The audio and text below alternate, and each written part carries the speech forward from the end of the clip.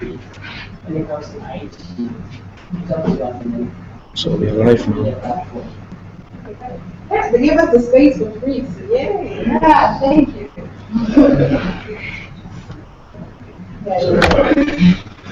Hi, I'm Daniel. I'm partial architecture projects. So actually, going to be specific, I'm part of a company, Ghana. It's the latest premium online vehicle marketplace. It's the best market for showcasing cars to sell or if you want to buy. We are present in 11 countries, but using principles started up here in Ghana. Basically, we launched in February. Since then, we're looking for ways to adapt to this. How are you doing? Good. You're in production, so you're the right person. Okay, cool. How are you? Mama Lou. See, I plus him, he don't plus me. That's all right. There's gonna be a time when I don't plus him either. Here's the time. Wait, sorry. It's an introduction. Oh, okay. Daniel, you are listening.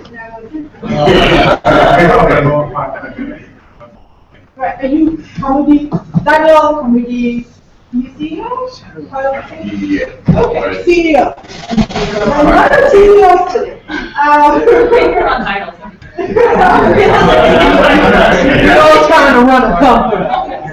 I just came from a meeting, so I'm trying to run a company. Right, how? Okay, I'm Caroline. So I work at Test Ghana. I'm going to head of Test Ghana. It's fantastic. So I do research there. Test Ghana is in the mobile media space. One of our flagship products is the Test Connect, where it's a platform for bulk SMS. We also have InfoBuzz Daily from our online platform. We organize the monthly corporate workout. Yeah, The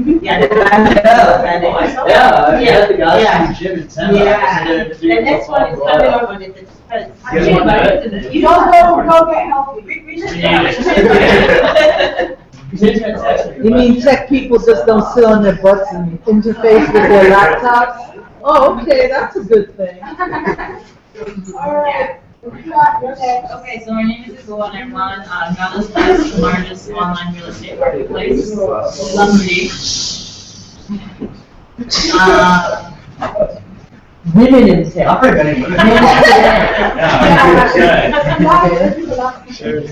We allow you. Sorry. Yeah. Oh, I mean, that's pretty much it. I run online. I run, in my opinion, the best online, property portal, and have, in my opinion, the best property portal. In their opinion as well, because we're all made by the same people. Yeah. And we're just working really hard to make sure we're providing as much information to people who are looking to rent or really buy property. That's really what we're trying to do. Excellent. And in a way, maybe even help organize the real estate industry.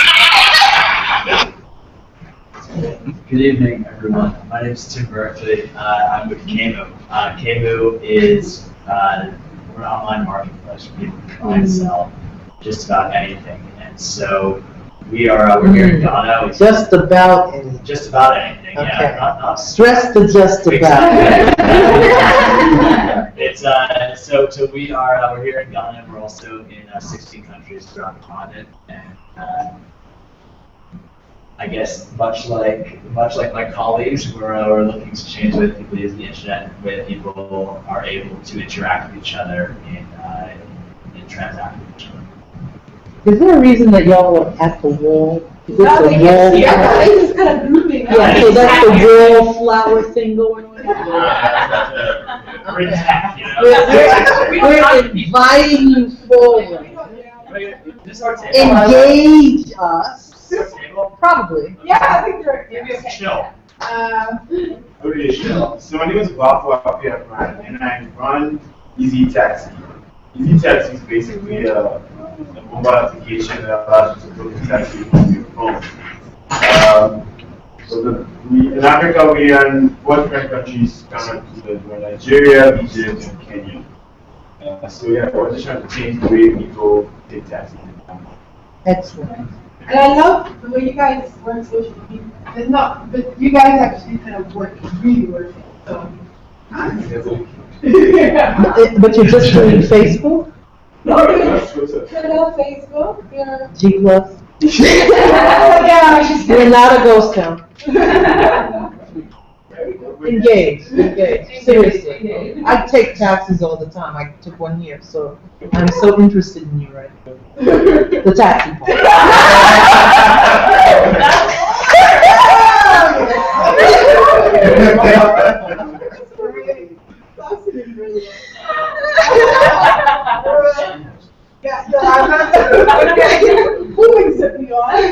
I'm Yolanda Lee. I'm the MD of Hello Food Ghana.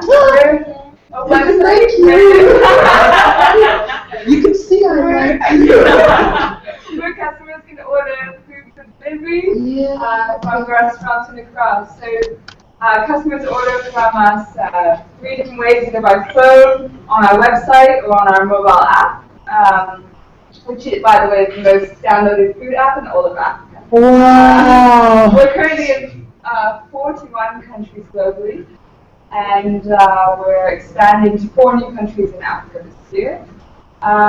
We work with over 100 restaurants in Accra, always adding more and more each day. And customers can browse on our website and order directly, and we deliver to you. So we've been in Ghana. We're the oldest of the AIH ventures in Ghana. We launched like a year ago, a little over a year ago. So, Good. My name is Felix Jesse, and I'm going to take some pictures. We like you. We like pictures. Okay. Selfies. I'm Ali, live streaming.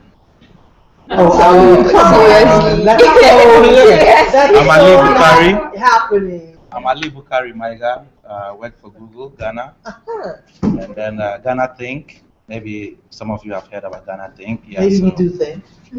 Yeah, maybe. So I'm part of the online team for Ghana Think. And I'm here for live streaming. So it's live now. Tell your folks to just search. Yeah. So just tell your folks by the hashtag Women in Tech, you see the link. And then you can watch. Introduce yourself. Yeah. Okay, my name is Anne. Oh, sorry. Amuzu. Okay, when I'm it's okay. Whichever one. I run Nandi Mobile. That's our competitor. We also yeah, so we also do communication between companies and their clients using mobile. So we have SMS and we also have mobile apps helping companies communicate better with their customers. Yeah. So that's Nandi Mobile. Yeah. I'm Sherry Thompson. I'm also known as Mama Lou. Hence sanitation, hence toilets, and a lot of that. Actually, I am a woman in tech. We did develop a sanitation application, and we're trying to roll that out, push that out. But I also consult with 2 ICT companies. Right now, we're doing cloud computing. All right. Good evening. Hi, I'm Miss Amachire and Social Media That is? Come on. Her boss is here. No corporate secret giving away. So I'm Cheryl, Miss, and learning dreams. Super. Tell me about the team system. Come on, bring it out. Oh, yeah, you were the guys that won the Mass hackathon. Yeah, cool. All right. It's a long story. And getting longer. I can make it 2 sentences. I'm PK, a developer for Nandigo, colleague and boss. Yeah. Great, cool. So can you have you guys come up here? Yeah. Yeah. There is snacks. No t-shirts. We have t-shirts. So we're giving away t-shirts.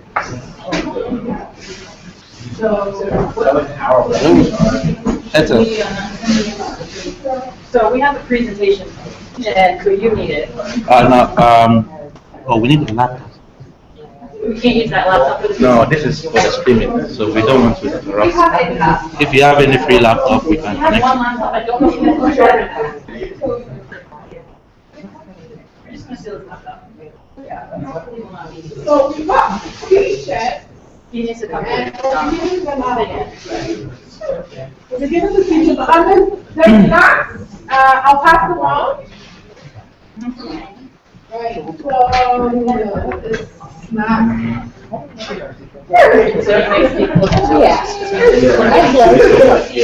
Wow.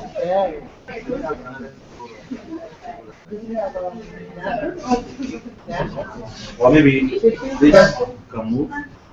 Yeah, it can. This can move and then the laptop can move.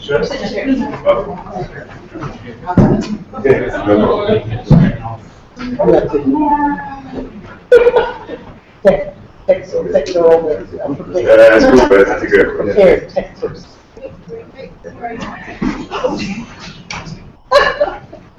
All right. You guys are gonna So come you up. might need to come, I think you might need to come in Yeah, up. about 4 or 5 seats. All right.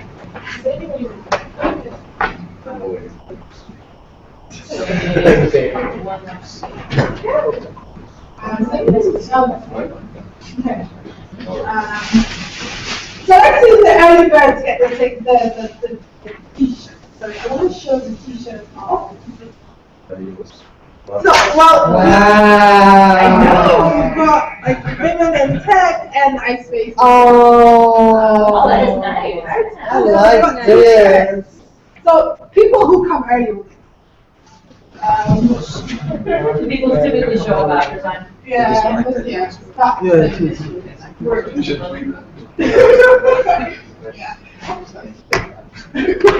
hold up the shirt and I'll show you. That's what you do. Or from here to That's nice.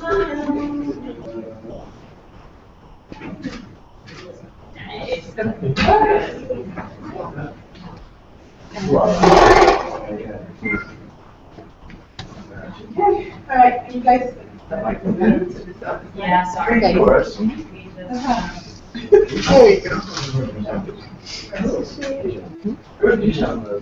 You don't think it's live watching, what's like on?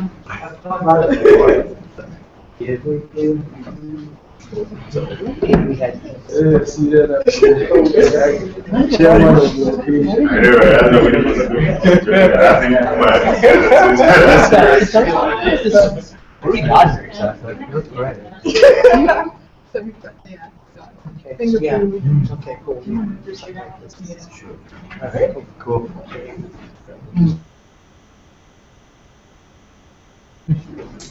So, hashtag is women in tech. White flagging is women in tech. And pass is K-Track. Then so you can really be able to take mine. Exactly. Dolly, are you a live stream media? Yes. We are Mama Lulu. Alright. Okay, people. Time to start. Time to start the presentation.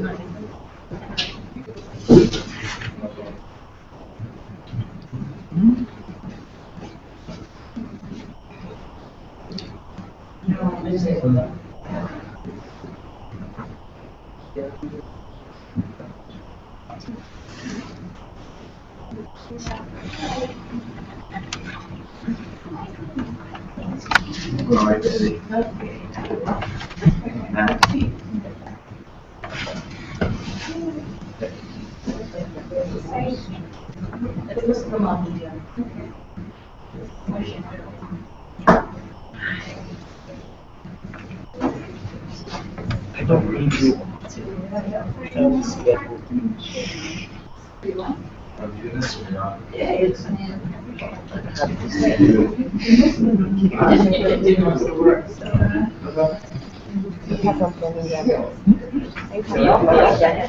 I didn't really see it. I don't really have to. Let's put a little table in. It's like baby because I don't really have time to do that. So I'm making no time to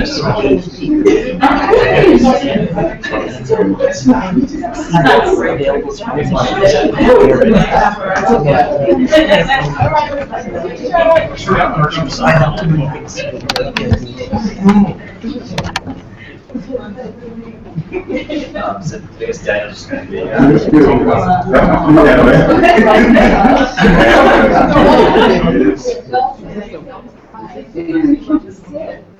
This is a new roller school. Did you say another one? They're all the same size? Really? Yeah, this is a bit of a surprise. Yeah, oh, yeah, why that? You can't do it. What did you say? What, medium? Yeah, medium. Oh, I can't wear medium either. I'm an expert. I got breasts. It's not fair. It's not fair. See, I'd have taken it, had it tailored by Renee Q. You go ahead and get your shirt.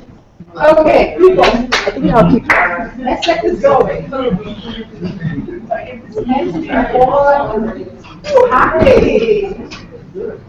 My mentor has walked in here. Great. So you all want to stop.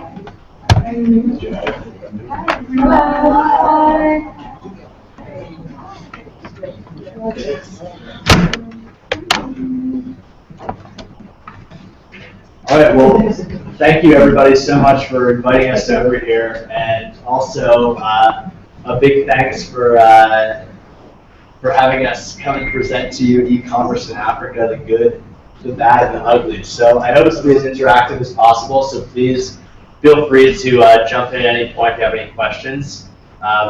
I trust your judgment, and we'll take it from there. So just again to introduce myself, let's introduce ourselves once more. My name is Tim Berkeley. I'm the country manager of KMU Ghana, and we are an online marketplace for people to buy and sell just about anything. Okay, I am Yolanda Lee. I'm the MD at Hello Food Ghana. We're a website where customers can order food for delivery from the restaurants in Accra. Hi, I'm Daniel, part of AIH. The MD of Kamudi Ghana. Basically, it's the premium online marketplace for showcasing your vehicles for sale or if you want to buy a car. So what we're trying to do really is give the Kenyan community a better, trustworthy platform, to look into marketing for your cars and as well buy your vehicles. Hi everyone, my name is Bosco Brian, and I'm the MD for EG Taxi. EG Taxi is just basically an app that allows you to book a taxi on your phone and then make the ticket. So we're just trying to change the taxi experience. Hi, my name is Ekwe Aminetsa, and I run Louis Ghana, and we are Ghana's best online real estate marketplace. So with that, let's get things started, huh? All right, so. Okay, so the focus of this evening's session is that we're going to have a quick overview of what we do, what Africa Internet Holding is. After that, we're going to jump into a little bit of a talk about classifieds, discussion on that, sort of the idea of user-generated content, and how this really creates a very strong foundation for e-commerce models. Yeah, please. And you guys say, and then for you, any sort of tag team, you need to, or okay. And then a bit into e-commerce, the opportunity, but also the obstacles to really producing very strong models for that in the country and on the continent, and then just worldwide. And then finally, we're going to do some short case studies on two of our businesses, Easy Taxi and Hello Food. So, Africa Internet Holding. I had to do this slide because I just felt it was a good one. So worldwide we're seeing there's really a leader in a lot of ways in developing online businesses and mobile apps. And so as you can see, there's been a bit of press, most of it good, some of it not so good, speaking about what we do and really discussing Africa Internet Holding and our model of building these businesses, adding value throughout the continent in a number of different ways.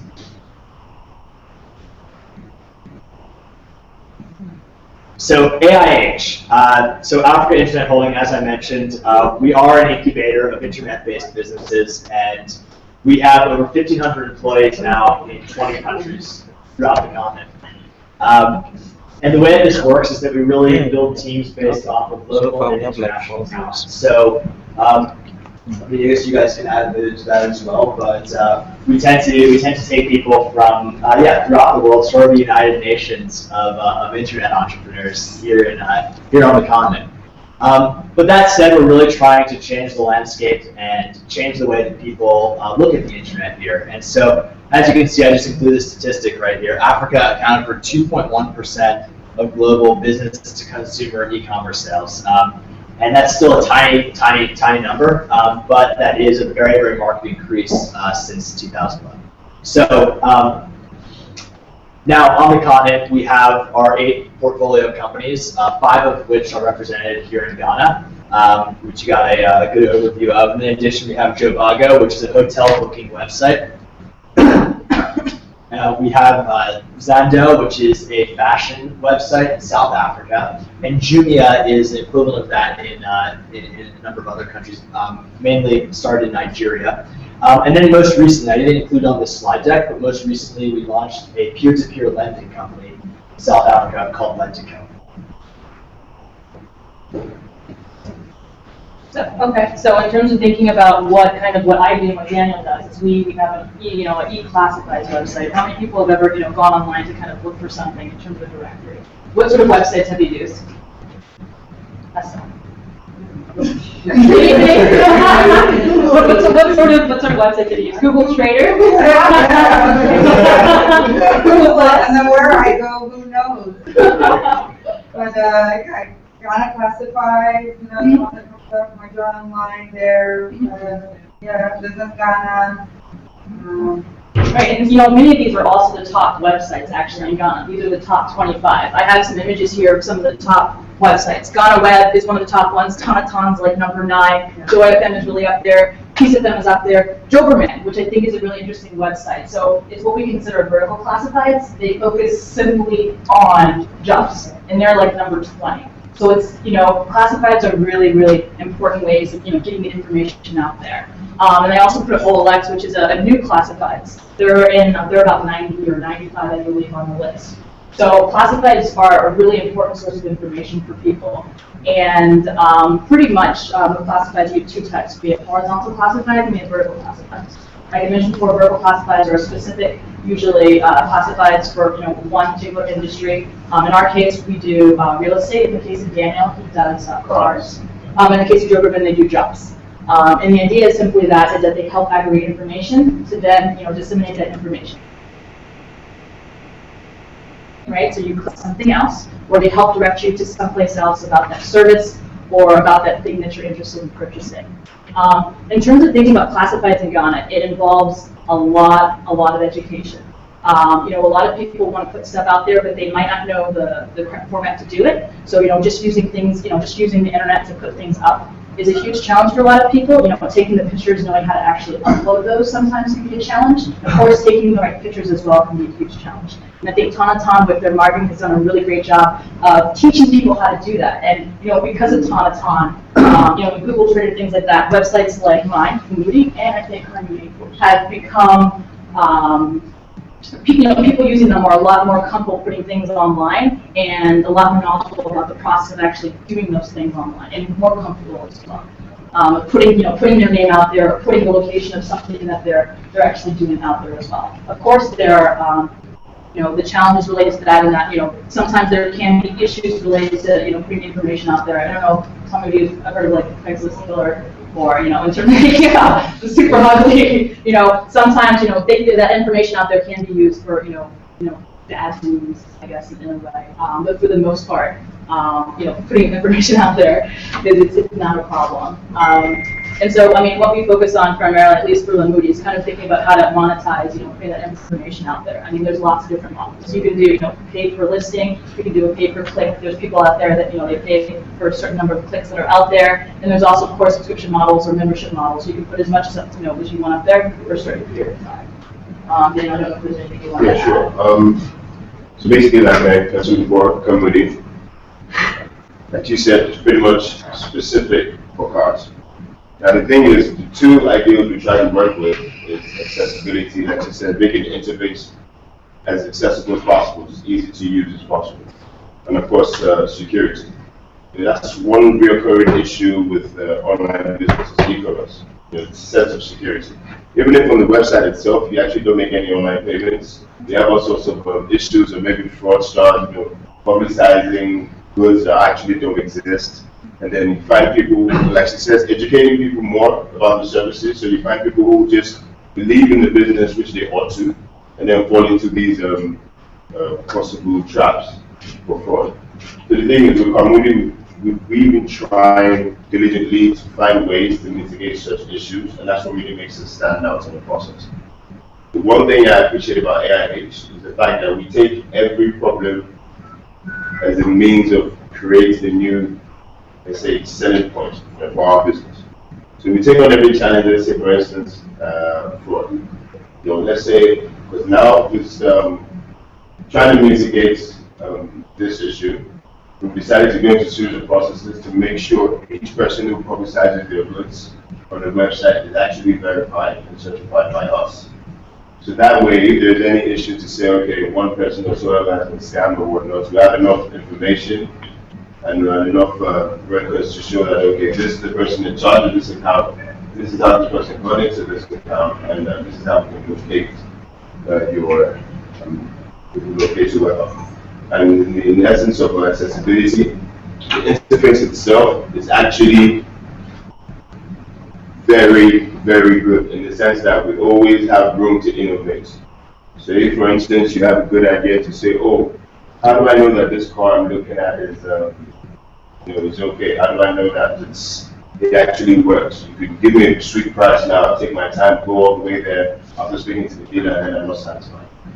The thing is, so with that in mind, when it comes to accessibility, we decided to add an additional, now I'm just talking about the topic of innovation now, so we decided to add an additional measure, whereas, okay, you can evaluate the car in the sense of full mechanical support. So now we're going into the partnerships with mechanics in Ghana, whereas, okay, by the time you showcase your car on the website, you actually have the opportunity to get a test run, full diagnostic check. And then with that diagnostic check, it's printed alongside your listing on the website. I'm not in the habit of talking about any competitive websites, but this is something that is not being done. Another thing is, like you mentioned before, let me just give an example. Let's say, for instance, Jonathan. Jonathan isn't strictly for cars, but then the advertised cars as well. So using our terminology, it's a horizontal approach.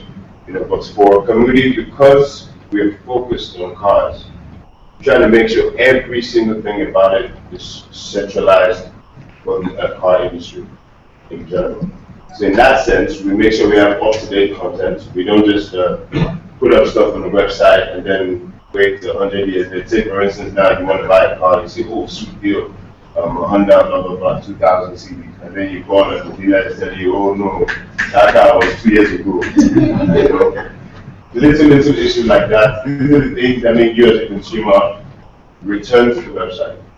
If you can't have that full guarantee that, okay, whatever you've seen on our website is authentic or at least up to date, you're less likely to come back.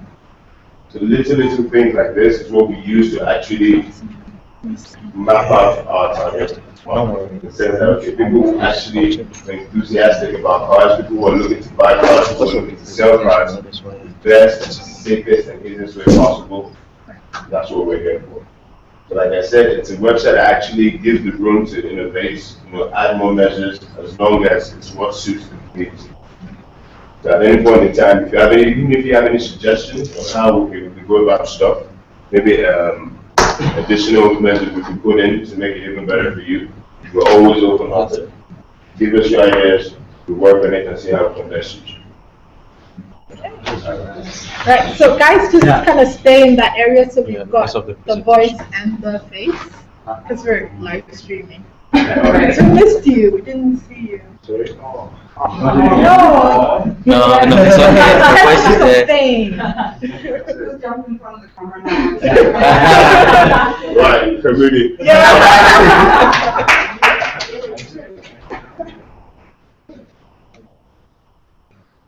Great. So what Daniel said about innovation, about sort of the multiple iterations of a website like Carmoody, like any of our websites, I think is really, really pertinent. So I know for us, we're really looking to be a real pure play in e-commerce, right? So the whole idea is that we originally came to Ghana, we originally came to Nigeria, we originally came onto the continent with the idea that we'd be able to produce something very similar to this website eBay on this continent, this type of market. And what we found very quickly is that eBay in its purest form does not work here. And so for us, there's just so many learnings that came from that. We had to continually build something that really was not eBay in Ghana, but was Kamo. And so at this point, it's an entirely different type of product. And so I think that to speak to it first, we really are hampered by, there's a few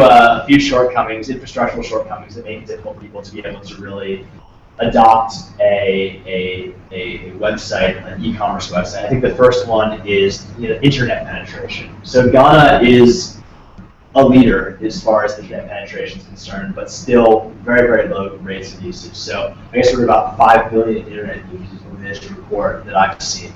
And in Accra, we also have quite a bit of people who are using the internet via their mobile phones. And so there's a real bright spot right there, but still we don't have that mass that we need to be able to really build something like an eBay, for example. The next thing is electronic payment and ease of payment. This is not something here in Ghana at all, and so as a result, we have to do quite a bit of cash on delivery. And third, delivery options, right? So the streets don't have names. Delivery companies don't accept cash, and we need to use cash so people will be able to buy things from our website. And as a result, we find ourselves in a situation where we have very few internet users, no payment methods, and no delivery companies. So that's a difficult, these are challenges that we face. And so there have been a lot of ways that people go around this, and the creation of in-house logistics systems, for example. There's also quite a bit more in money transfers as well, and trying to move from a cash-based economy to something a little bit more of a pseudo-cash-based economy. And on top of that, there's a lot more development in mobile, so that we're able to really build a great site on there. But I think that there's a real big learning that's come from all this is the idea that you need to continually adapt. And again, like Daniel said, like everybody's echoing, like Akua said as well, people are not used to these ideas. You need to be able to find ways to adapt them to a local context, to a context that people understand. And so for us at Kamo, that's a number of different things. I mean, so first of all, we've begun the cash on delivery all over the place. We've also begun with our delivery companies, making sure that our drivers know how to get around different areas. They know landmarks, they know all of this. But then on top of it, bringing sellers onto the website, the core of an e-commerce website, such as ours, is the quality of the products that are on the site.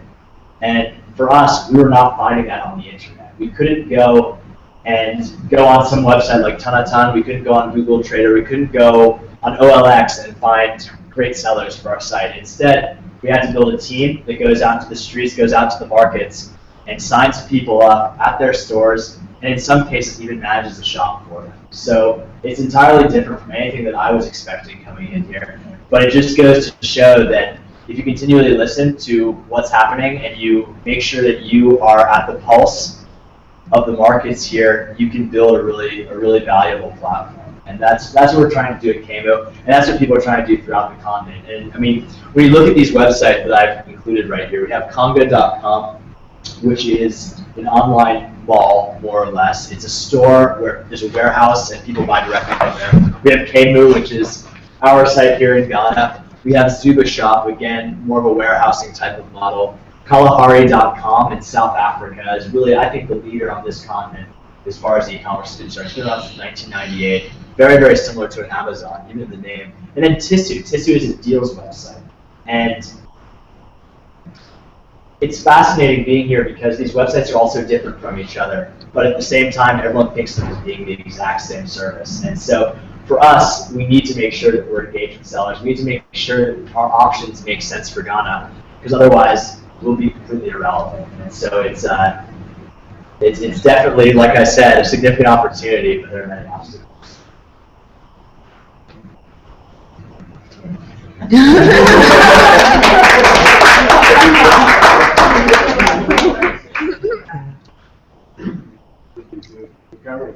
Yeah. So.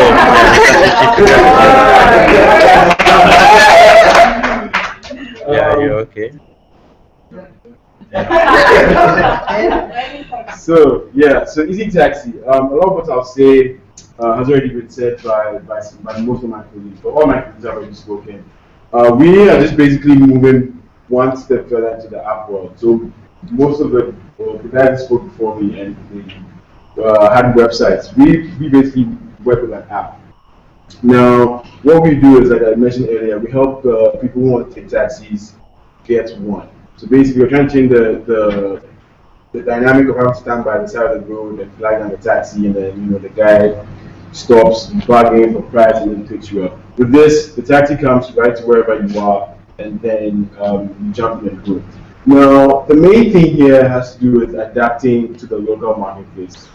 Tim mentioned earlier on that some of the structures are not in place, where as an e-commerce company, you can just take advantage and then basically fit into a whole value chain. What we're finding is that we have to basically go along the value chain because the structure are just not in place. So the first thing that we had to do was I just want to show two different scenarios: how Easy Taxi works in Asia, Latin America, which is where we have a very big presence, and then how we have adapted into extra steps to work in Ghana. Yeah. So basically, it's a quick 3-step process. And let's just call them the more advanced economies. Passenger request based on address, just be address in the address field. The driver accepts the ride, and then the driver picks up the passenger. There's usually no contact between the driver and the passenger until the driver arrives at the address where the passenger is. Most of these countries, there's a metered cab, and so the passenger just sits in the taxi, goes wherever they're going. There's a metered fare, and the passenger pays that fare. In Ghana, as most of you know, we don't have this, so we've had to adapt. Request based on a GPS location. So based on that location, and the app automatically does this. Based on that location, the app will automatically find a driver that's closest to you. Now, once a driver accepts this ride, he has no way of getting to where the passenger is. So we have to let the driver call the passenger, or the passenger can call the driver to basically confirm the location and then also discuss pricing. So the last thing we want to do is have the taxi driver drive all the way to where the passenger is, and then he doesn't go because he can't agree on price. To discuss pricing, and then the driver picks the passenger up, and then they go wherever the passenger wants to go. Basically, this is just a quick snapshot, but there are 2 extra steps in here that we really shouldn't be dealing with if all the structures were in place. So, just about adapting to local markets, this is one snapshot I want to talk about. We also talk about the challenges that we're facing, since we're dealing with e-commerce, the good, the bad, and the ugly. Challenges. Many of the drivers that we meet do not have smartphones. So this is a mobile application platform, so they have to have a smartphone for this to work. We've been doing this since January and met less than 10 drivers. 10 is even a stretch. There's 10 drivers who have a smartphone. Anytime the driver has a smartphone and we can download the app, it's like, I just want to give him a hug because it saves you. We're having to buy a phone for him. Apart from that, many of the drivers. Sorry, 10 out of 260. Yeah. Apart from that, we basically have to educate the drivers on how to make calls with a smartphone, how to receive text messages, the basic functions of the form we have to do. So when I talk about going along the value chain, this is what I mean. But we do a lot of things that aren't part of our core business. Because ideally, if a driver has a phone, passenger has a phone, all we do is use the app, you guys connect, and then you can get your taxi. Another thing we have to go into is pricing, because we have no metered taxis in Ghana. And so you can imagine the number of times people have requested a taxi, driver and the passenger communicates, and they can't agree on the price, and so we use that right. And so pricing is an issue that we also have to get into. And then I mentioned the addressing system as well. Some of the things that have been encouraging, that keeps us going, because we know this can work, is we've had instances where people have used the app, or not use the app. Sometimes people take a taxi and it'll happen to be an easy taxi.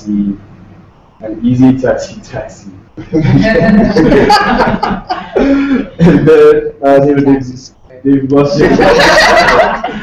and they've lost an item. We had one guy who he left his briefcase in the taxi. He had his laptop, his wallet, everything. Because of the long story short, the taxi driver returned his items to him. So, that also brings about another situation where when we're going out recruiting taxi drivers, we have to try and find drivers like that guy who will make sure that, whatever's left in the taxi goes back to the owner. Those are the instances where, we have two instances where people's cars broke down, and for some reason, Easy Taxi came to their market, so they requested a taxi, and they were able to make sure they get one. One of our biggest areas is estate pickups, because if you are living in a gated community, you have to walk from your house to the entrance to get a taxi.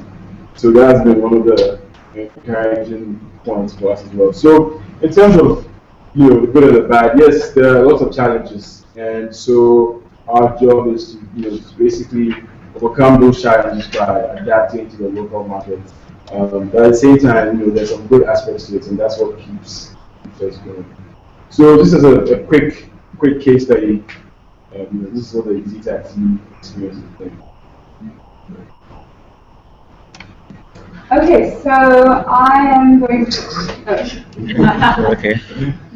Yeah, it's okay. Okay. I'm going to talk a bit about my venture, Hello Food. I know I've explained twice already what it is we do, but we have some latecomers, so I'll quickly give a brief about what we do. We are a website where customers can order food for delivery from restaurants in Accra.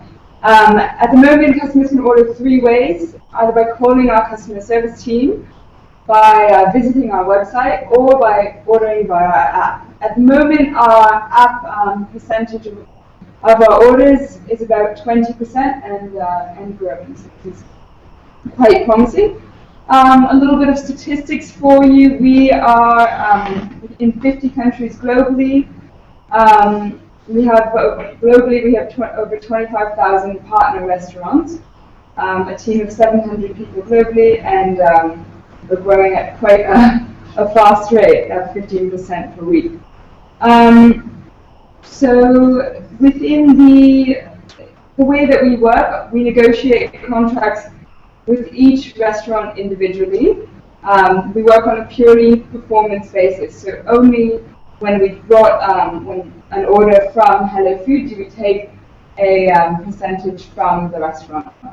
I guess I'll sort of start by talking about the basic food delivery e-commerce model. We are a lead generation platform, much like some of the other AIH ventures. So a customer comes to our website, orders, and in other markets, the food is delivered by the restaurant. So in some of our Asian markets, and even in Nigeria, for instance, the order, when it comes through our website, it goes directly to a GPRS printer in the restaurant, and we don't have to do anything.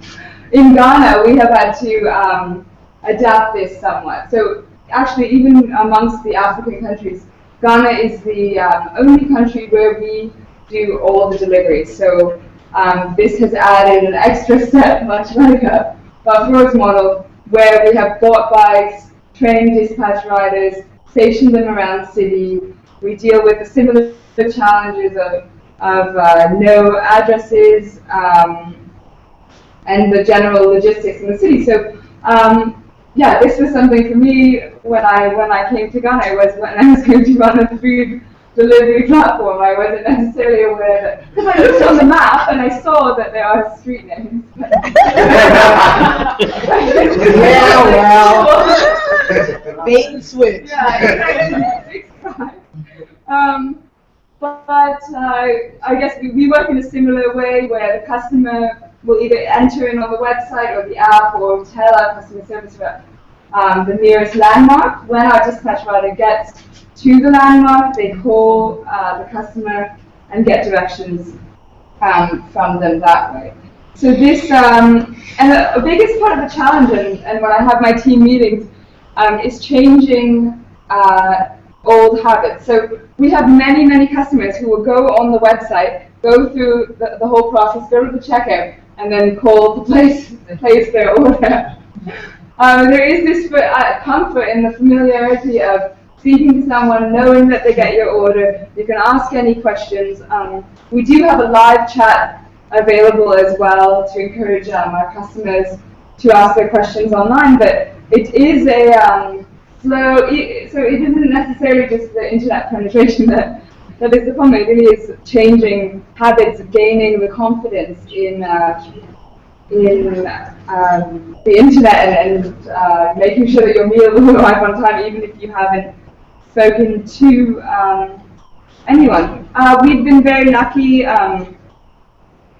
to partner with some really big players. Our app is coming pre-installed in all the Samsung Galaxy S5s. We're working with many telcos. MTN and Tigo are two of the investors of all of AIH, but this has enabled us to leverage some of these platforms. So yeah, I mean, I'm happy to take any questions if anyone has anything about our model. That's all. Yeah. Just questions broadly, we're happy to answer. Yeah. So yes, so the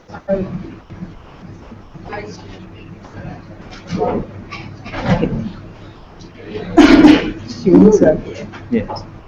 Who's your favorite venture after you've done all of That's a cheap one. Actually, no. It's the friendly competition. Friendly competition. So wait. So we'll start with Hello Foods. I mean, everyone has to eat. You're right. These happen to the human basic needs. Alright, so all those who are for Hello Foods. I'm one of the bad habits or old habits people, so I love Hello Foods. In the office, that's where we go and decide what we want to eat, and then we call the rest. Send someone out to go pick it up. Yeah. We know we're having all the menus. Well, why would you, just out of curiosity, Why would you do that?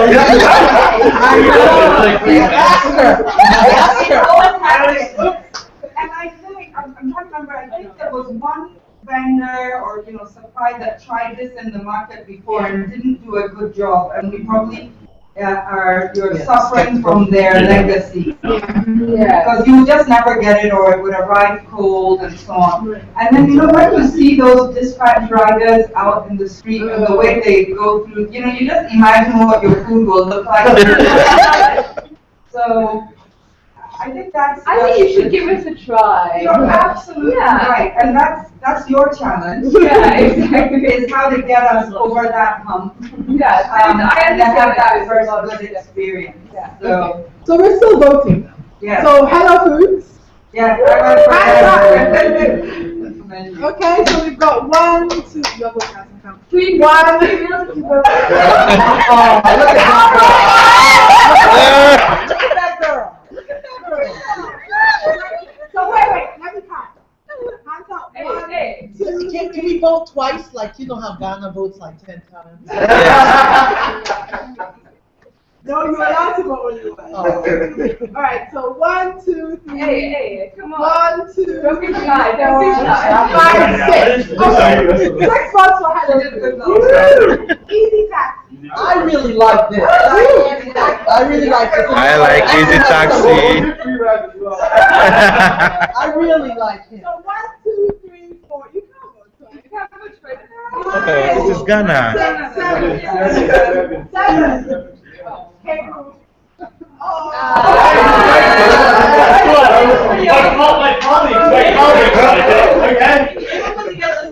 Okay, so 1, 2, 3, 4. 5, 6. Okay, there we go. I'm not helping you. Hey, let me walk in. Okay, so we're counting. 1, 2, 3. I'm about to use them, so I feel like they're about to. Yeah, I'm Yes. actually about to use them too, but that taxi Let me thing, know, seriously. that taxi thing, it got me by the heart now, you know? Yeah. Can we quote you on that? How Okay, many? I can't promise no cars, but hey. If the taxi thing doesn't work out, I'm coming to you. Right, okay, so I think it's pretty even. That could be that. And a round of applause for the team. Sorry guys, one moment. You mentioned, I just want to put it out there. You Yeah, you really don't like that taxi Yeah. thing at all. right, you mentioned something about how an older business model came about before Head of Food, and then it was terrible. We sort of, community, we've been facing that challenge big time. Because, say for instance, let me start off by telling you how we work. So basically, we have our agents, our key account managers who go out just similar to what Tim does.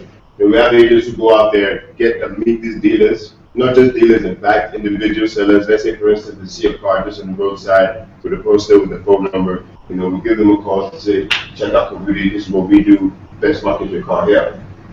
So however, when we get to these dealers most times, let me give you one instance. Like 2 weeks ago, we got into this place, okay, we got this dealer, told him about the business. Obviously, he saw the value, well, as expected. He saw the value in the business and was like, okay, no problem, carry on. So we signed a contract. We had our men take professional pictures, gathered all the relevant information. Then just at the very end, when we're just collecting prices, some customer walks into the premises and goes, okay, well, we're possibly good friends with the dealership. Sorry, I mentioned it. Yeah. You know, good friends with the dealer, and then asks, oh, who are these guys? And say, oh, this is Kabudi, the latest thing in my life in the marketplace. And instantly, all he has to say is, Charlie, leave these people, they're fraudsters. So this, because obviously I was in the environment vicinity, and I was actually in discussion with any of them. I was doing something else. But then when I overheard that, at first I wanted to see what staff, how he would respond to that. So I kept quiet, and obviously he tried his luck with like, oh no sir, no, that's maybe from bad experience from other websites. This is the latest one. We do this, we do that, we have these measures in place, blah blah blah. And I beg, all this your story, we've heard it before. I'm sure you said you are the one that will put this down, put your own price and try to sell it, that kind of thing. So then I stepped in to try and explain it, like, we understand it completely. And the real reason why I believe, not without a doubt, Kabudi will be the leading business model when it comes to online marketing for cars, is because we identify these problems. And we don't just put them aside, we actually face them head on. These different issues is what we use, like I said before, used to, update the sites, we used to give people more credibility. It's all about trust at the end of the day. So that major issue is really bringing us down so much. But however, I would like, from your own perspective as consumers, what would you say would be the best way possible to at least try and educate people more about new innovations and not depending on old mindsets about old businesses? That's something that's kept me Because it's a case where you already know. Are you wanting an answer to that? I want an answer here. Okay. Yeah, I think we can go around them, and it's a good sort of discussion point. I think where it cuts across all the companies, where what the barriers to entry, how you think that could be. Your piece really goes well with new companies that are coming in and need vehicles for transport. So you need to liaise with people that have companies that are coming online, and that your proposal goes to those folks. For example, any of the oil and gas groups that are coming in, you need to send that proposal. Now, the fact that I work with a company that deals with 90% of them, you might see me in chambers after. So that's your solution, because I really think that that's kind of where you need to go. You need to just start with the companies that need you and build that track record so that when somebody comes and does that, you can just flip out your track record and say, well, I don't think they have that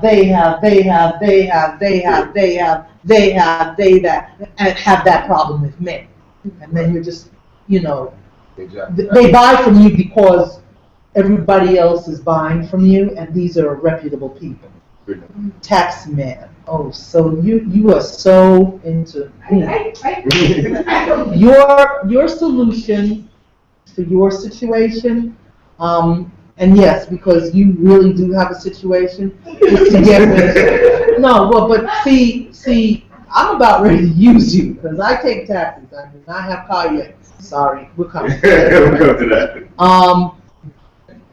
The hotels, you've got a ton of hotels around that crowd. And if you ever take a taxi from a hotel, it's like being financially ravished. Okay? So your deal, is coming with that option. Bam! You go in there and just say, listen, we could just do this a whole lot better for a whole lot less.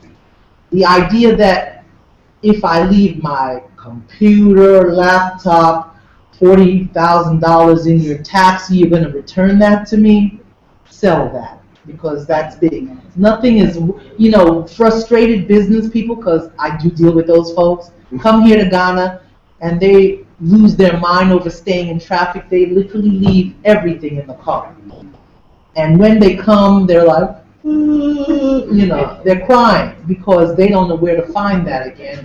And you hear like news items on Peace FM and City FM, this man has lost his life, kind of stuff like that.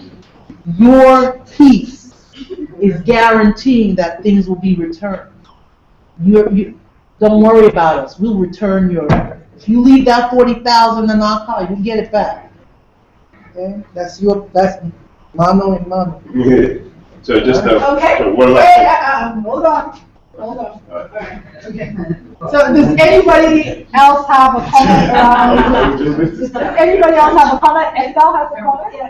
Yes. I know that we've done quite a bit of work with the Ministry of Trade and Industry around the e-commerce policy, and I know that working with government can be frustrating and slow, but I think it would be really great. I want to encourage you to really engage them, because education is important, but I think if we can, and the private sector can do it from the bottom up, but if it can also happen from the top down, so as Ghanaians get used to getting a new license online or paying their taxes, just going online becomes more of a habit.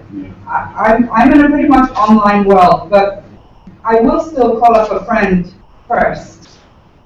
I will still look at the website for the menu, but then get in the car and drive there. So we need it, it really needs to become habits. And so from the top down helps. And so just engaging with the Ministry of Trade and Industry, I really encourage that, because they're trying to come up with their e-commerce policy. And they're just struggling with the same questions that you're facing.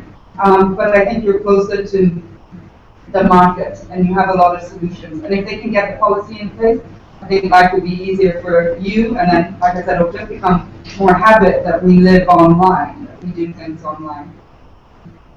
Okay.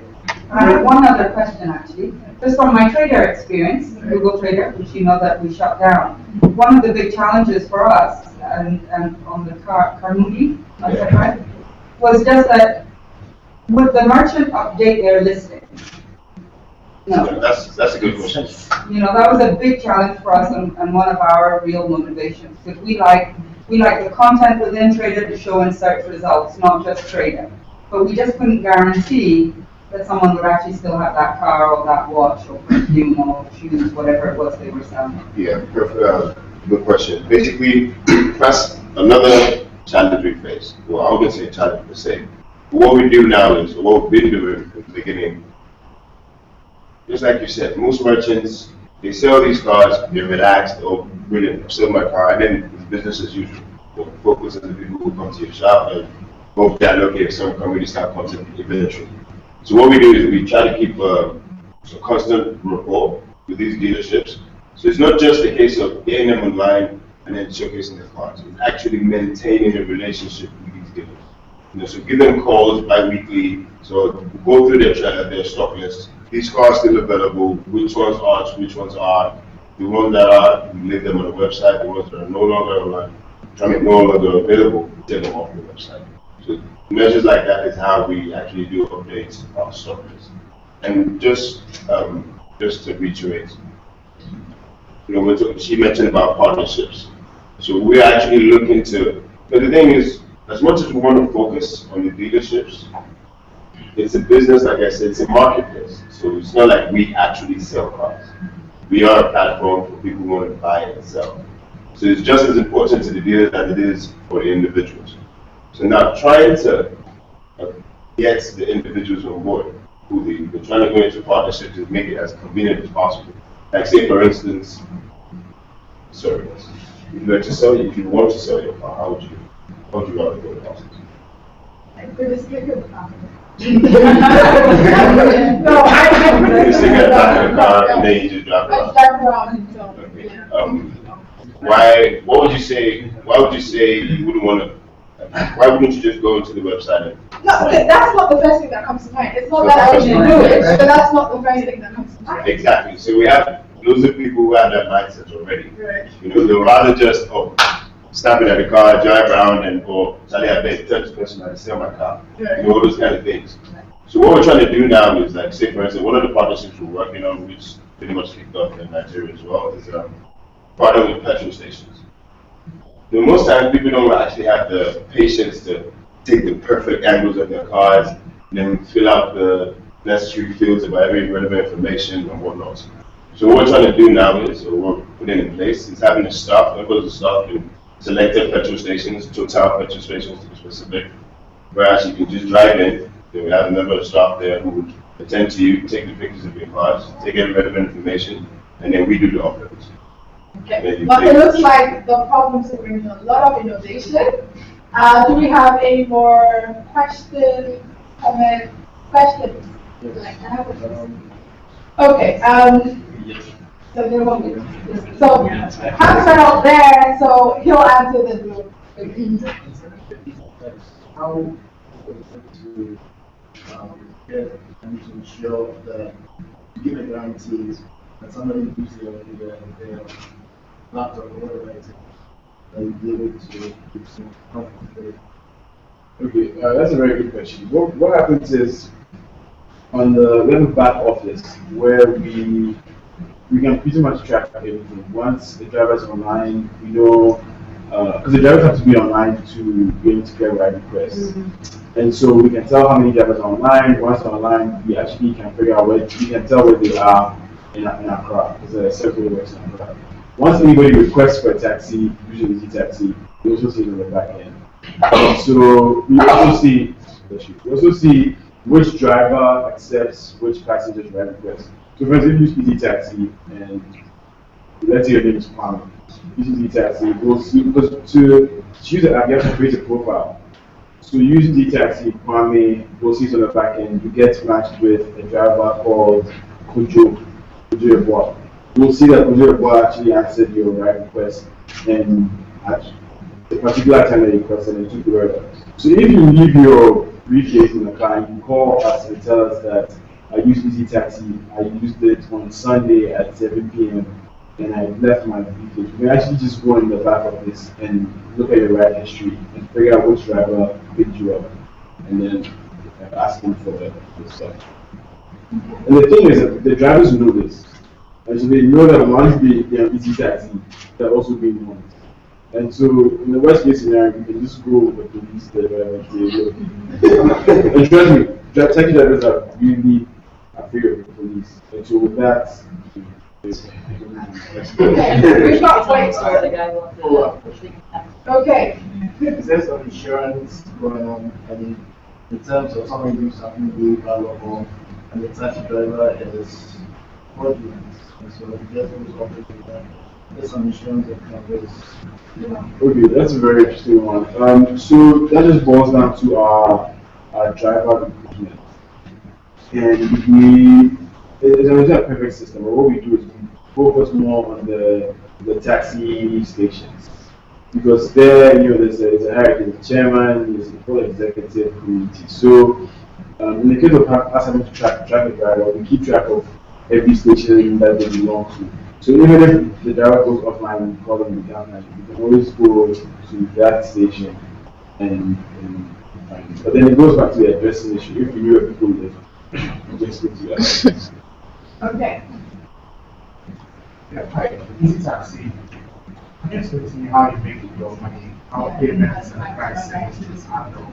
Yeah, I can tell the cash flow, but can't use that. No, but what's the business model? I mean, the question is, what's the business model? So, the taxis give the percentage to you, and surely that you can customers. What's the business model? Okay, so the idea is to charge the driver per ride we generate for him. Again, we can't figure out what prices people are charging, so we can't get percent. And so we just go off that fee. Hello, has a question?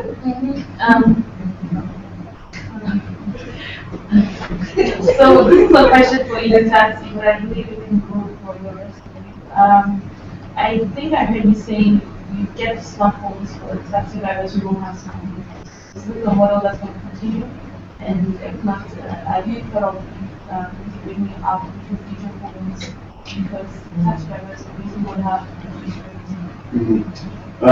Well, like any venture, just to start, you have to put in some money and make sure that you have some initial investment to get it going.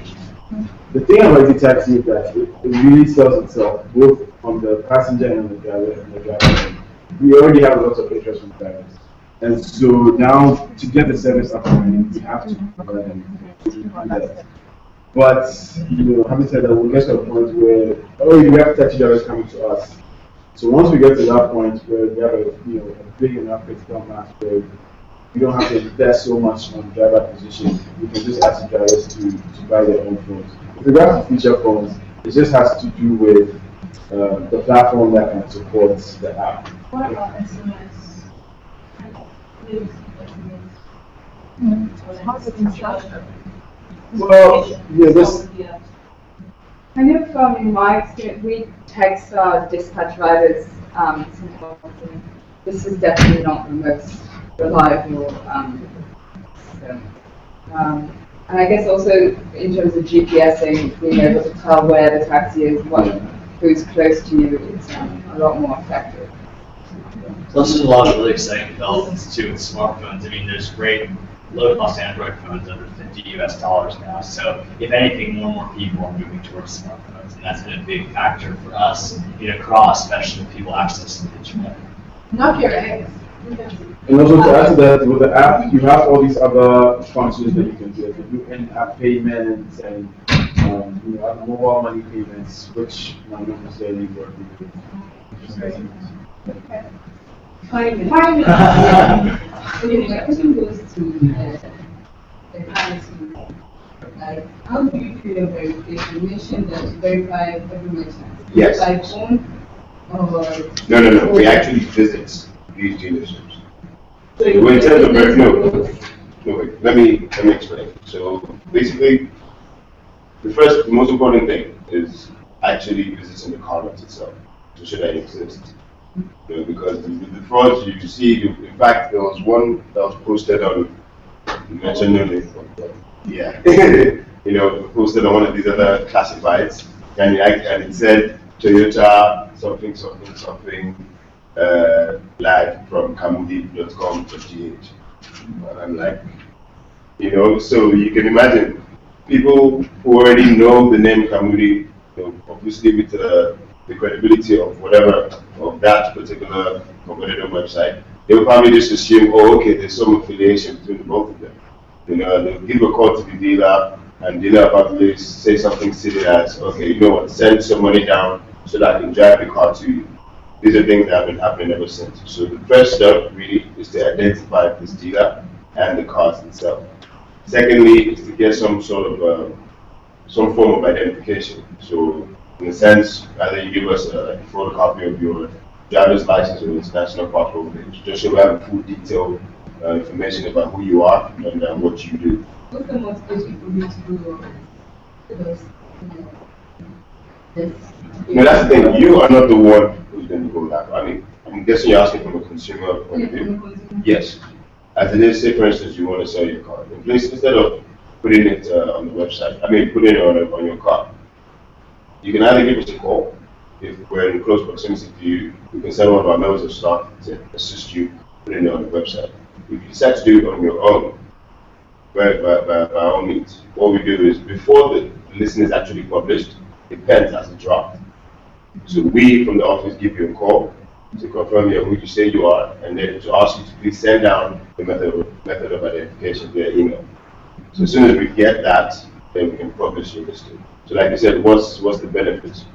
We already, it's a case where, let me be as practical as possible. Put the paper in your car, you park in front of, what's the major place now? Let's do a soup. You park it there in a soup. Now you have tons of people going through a soup daily, day and out. Hypothetically, maybe you have 10,000 people going through a soup, for instance. Amongst those 10,000 people, you probably have only 100 who might be looking to buy a car. And amongst that 100, you probably have 20 or 10 who would actually like that specific car. However, community, you have to track with these 10,000 unique visitors globally. So it's a case where you already have 10,000 unique potential buyers. These are people who are actually looking to buy cars, and possibly your specific car. So that's the big advantage of coming up to the website. So it's sure. Okay, so and the last question was for starting an e-commerce. How long will it take to start and I could see that you're putting a lot of effort and money and 1 hour into it. So assuming I'm a startup in Ghana trying to boost it, how long will it take on average for a startup to bring it? Your first question, our business model. Basically, for the dealers, we do more subscription. With the dealers, you're showcasing a number of cars. For dealers, you're pretty much maintaining a shop on the website. So we go like similar to Lamudi as well as a subscription package, maybe by monthly or a year. However, whatever suits your size of business. And that's for your. How much? Sorry? For No, you have different price packages. Oh, yeah, different price packages. And then for individuals, it's just a one-off payment. Yes, one-off. And you're taking your payments by cash? Yes, Cash or? Because at the moment we don't do any online payments. So it is cash. So yeah, cash or bank transfer. Yeah. Or we can have a member of staff go there to pick it up. Any more questions? Sarah? You mentioned about that. She didn't answer correctly. Oh, sorry. Yeah, now, that's pretty interesting. It's, I guess for all the ventures, it's a case where e-commerce now is getting. Now we see the full potential. Now the general masses are adapting this business. It's not a case where Because for us, for instance, we also do corporate catering. A few big corporate catering contracts that last say, a year, 6 months can easily take us to break even. Big contracts with telco loyalty programs like last year, that easily takes us to break even. So I really think it's different for each of our ventures, yeah. Well, say for example, speaking about cards, I can't give you an exact timeline, because it's a case where we're still in the process of educating more people about the business, and as well bringing about more trust. So, just like you said, making it a habit. The case where, okay, there will come a time eventually, let's say 5 years, but definitely 10 years from now, these businesses will become the norm. This is the way we now operate, on a daily basis. So before then, it's just a struggle of getting more people, in tune with the business. The whole idea of like standard operating procedures and going about, buying stuff online, looking to get information online or whatnot. So it varies, just like she said, depending on the business model and how quick you can break it. And it's also, like you said, what Adam was saying, it's also really exciting, especially for real estate, because we don't know how big it is. I mean, when I first started, they were like, how many real estate agencies do you think you can sign? And I had a funnel, and I was like, oh, I have this many things in the funnel, so I think it's this much. It's 10 times that, because a lot of these, especially for real estate, this particular industry is very, very fragmented. It's most of the properties not with these huge agencies, it's with individual people. So we have, they ask me for projections, I'm like, I don't know. I can't project. I have no idea. And so that's something that's really exciting. So in terms of thinking about breaking even, in terms of thinking about what our profit could be, we have no idea, some of us. We just have no idea how big it could be, or how small it could potentially be, honestly. So wait, let's see the last question. Last one? I just have a comment. Okay. That I think is kind of fun. Okay. Right. So Sarasa, Sarasa and okay. Mine is on the payments part. Some of the representations to do it right. There's almost zero online. Mobile apps. So some are easy. I know we have a lot of Ghanaian startups that are also doing that. So are you looking into that?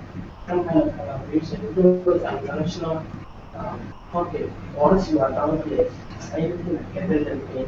Because when it comes to credit card usage, they are not really into that. Yeah, I mean, we're always looking for new people to partner with and to make payment easier. I'd say that currently our focus has not, however, been on integrating Visa debit cards, for example, or multiple mobile money payments for these different types of aggregated wallets. But I think it's something we're going to continue to look into, at least from the payment perspective. We're going to continue to look into it on a much larger level.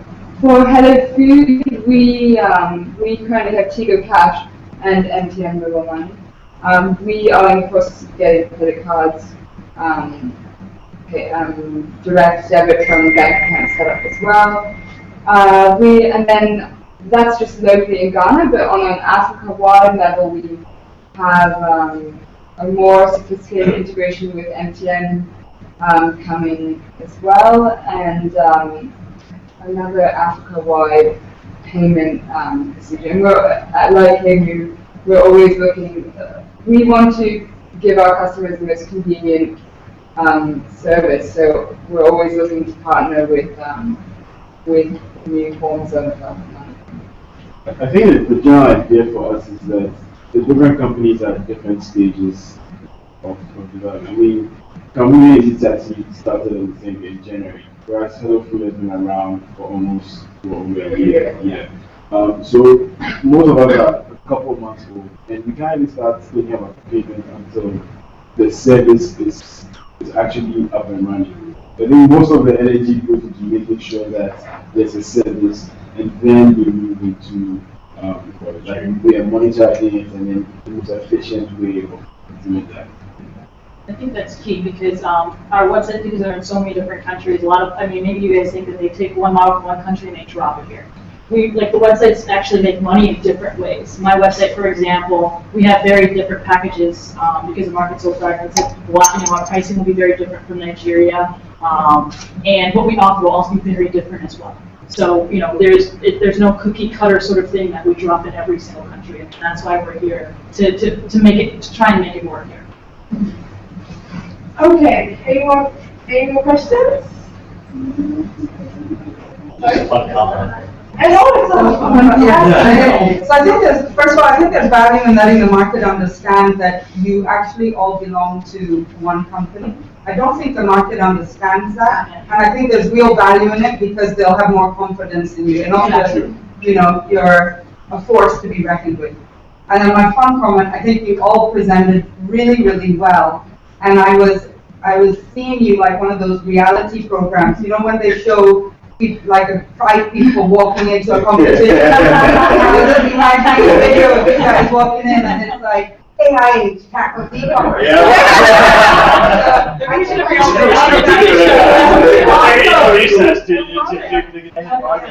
and put it on YouTube.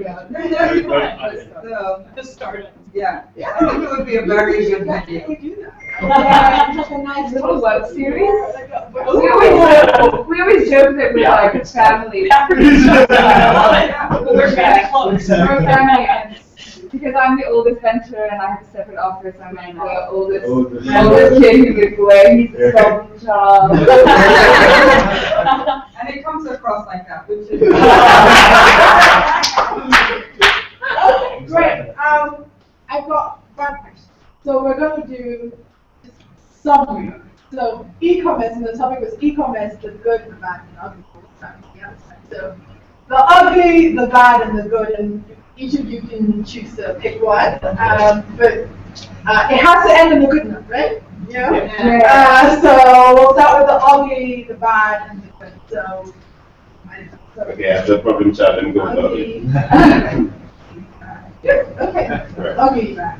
All right. Yeah, so for ugly, I would say, first of all, is the bad impression built or past similar business models put in the masses. Winning that trust back again, the business, that's one. And secondly, like you mentioned before, monetary issues, getting it as convenient as possible for people to actually utilize the services. That's another. And generally, it's a case of education, being able to educate people more about the services. It's proven tedious, however, it's very, very highly feasible, and we've been able to over time tackle this over and over. So yeah, those are some examples of this. Okay. You're going to ugly or bad? Maybe ugly, bad. Is ugly always bad?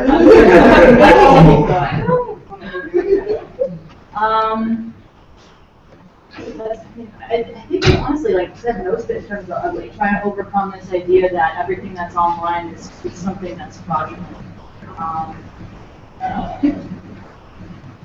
Or that, or putting the location of your, just kind of getting people to overcome that fear. Putting the location of a house doesn't mean that somebody else is going to rip it. Another agent, potentially going to rip it off, and then also try and rent it out or sell it. And yeah, I don't think I think that for me, I'm definitely doing the bad experience. So for me, I think that bad is bad, I guess, at the outset, but I think it's a very good thing, a very promising thing. I mean, the bad is that our websites, believe it or not, I'm sure we tell each other and tell ourselves every day that these are great fits and these make a lot of sense. Like, they don't make sense in the current context in Ghana today in early 2014. They just don't. I mean, the infrastructure is not there, right? Like, us at Kemu, like, eBay is not something we work in Ghana. The reason eBay is not here right now. So we have a big task in front of us to be able to not only adapt to a current market, but to be instrumental in building up the infrastructure that we need to be able to make our business make sense. And in addition to that, we also need to be very instrumental in continuing to build the, I wouldn't call it, I guess, knowledge of how to use online as a platform to buy and sell and to interact. And so we play a very, very big part in our own success. It's a lot more than just making sure that our companies manage well. There's a lot outside of it. But I think the good that comes from it, kind of turning over from the ugly to the good via the bad, I would say that.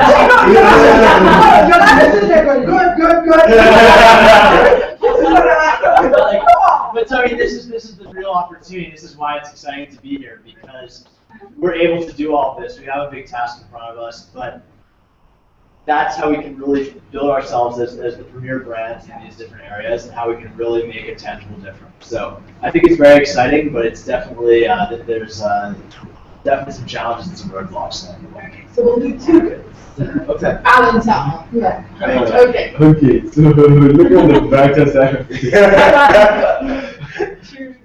You know, everything that you guys said is true, but I still think for the good, there's a lot of potential.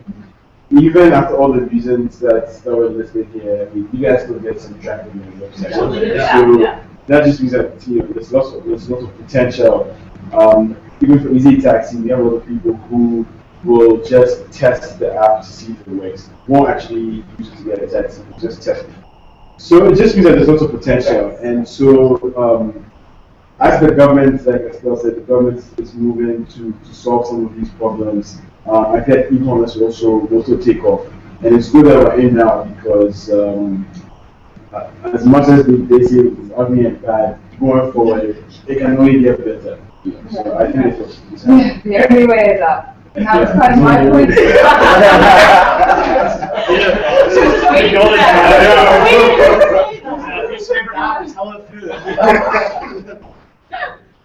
Yeah, I was just going to touch on progress is, what we do, I mean, all benefit from is we are part of a global network, and some of the challenges that I know I face in Hello Food, my colleague in Bangladesh has experienced similar challenges. Even though it might not be exactly the same copy-paste in every market, I think we're really lucky to draw off of this global network, share our best practices, even from different contexts. So. Great. Right. It's been an interesting night. For this one, how do these products join Africans and Afro? They're all Okay, all right. So I mean, so pretty much there's a company in Berlin called Rock Internet, and what they've done is they've joined with two telecommunication companies. They first actually started with Milcom, so that's Tigo, and then MTN joined in afterwards to kind of launch about 8 ventures now? Yeah. About 8 ventures. Sorry, 9. Let me go. So about 9 ventures in different African markets. And they do a combination of them in different markets, and that's pretty much it. Great. Okay. Thank you all for your time. Yes, thank you.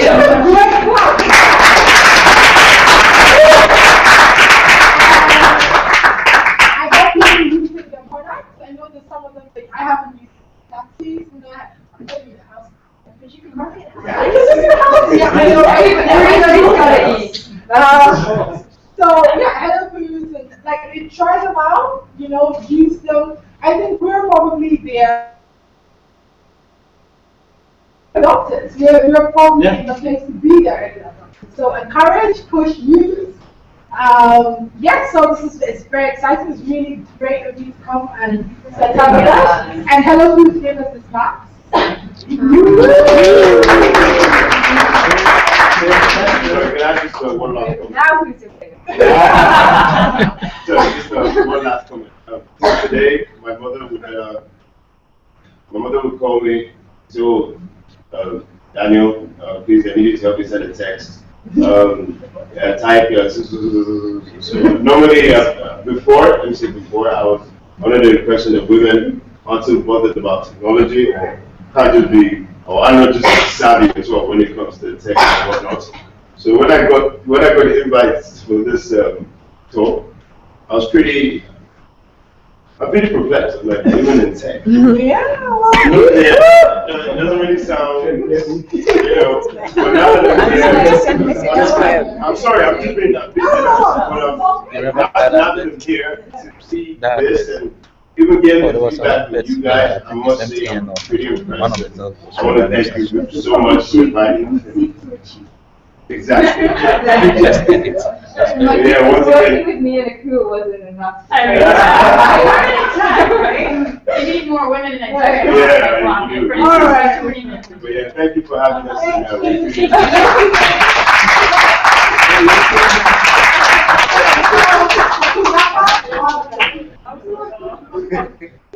To wrap up, I've got a So couple you- of announcements. One, if you don't have a t-shirt, iSpace is giving us t-shirts. I have to say that. iSpace is giving us t-shirts. So grab a t-shirt before you eat. Sundays, women wins, right? Yes, it is. Right. So on Sundays, well, quick, simple. So there were a bunch of us women. 10 of us. 10 of us women. That started on International Women's Day. That started on the 4th of my hair now. That started a woman who inspired me. And that was just taking 1-minute videos of women who inspire us.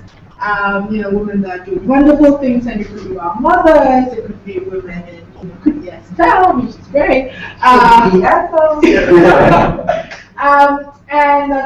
This campaign we're bringing to sort of an apex on Mother's Day, and we'll be doing an event at Days and Meets from 3 to 5. From 3 to 5, and we're encouraging you to bring your mothers, the women you love.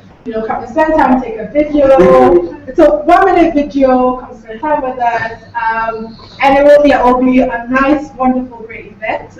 We're expecting a lot of inspiring women. So if you're available, you can bring your mom along, or you can bring your girlfriend along, or your Where's wife the venue? along, just your friend along. From 3 o'clock, 3 to 5, Days of Meets. And if there's no woman with you, don't come. Then don't come there to look for one. Don't come with that. Okay, second one. We're going to start needing volunteers for the program. I'm away for a little bit. I'm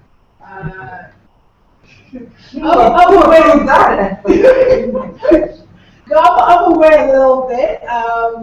Till July, I'm off on the Washington Fellowship. So we're going to need more volunteers to help sort of plan the events.